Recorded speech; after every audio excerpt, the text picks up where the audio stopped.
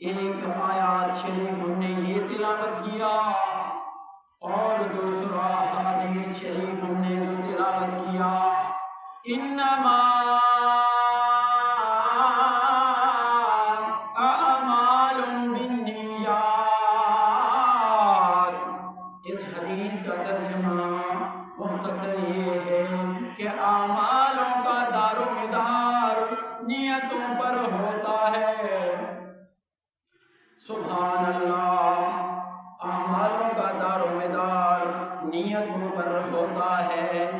آئیے اعمال کیا چیز ہوتے ہیں اور اعمال کرنا کس کو کہتے ہیں، اور اعمال ہوتے کیا چیز ہے جسے ہم اعمال کہتے ہیں، اور جن کا دار و مدار نیتوں پر ہے۔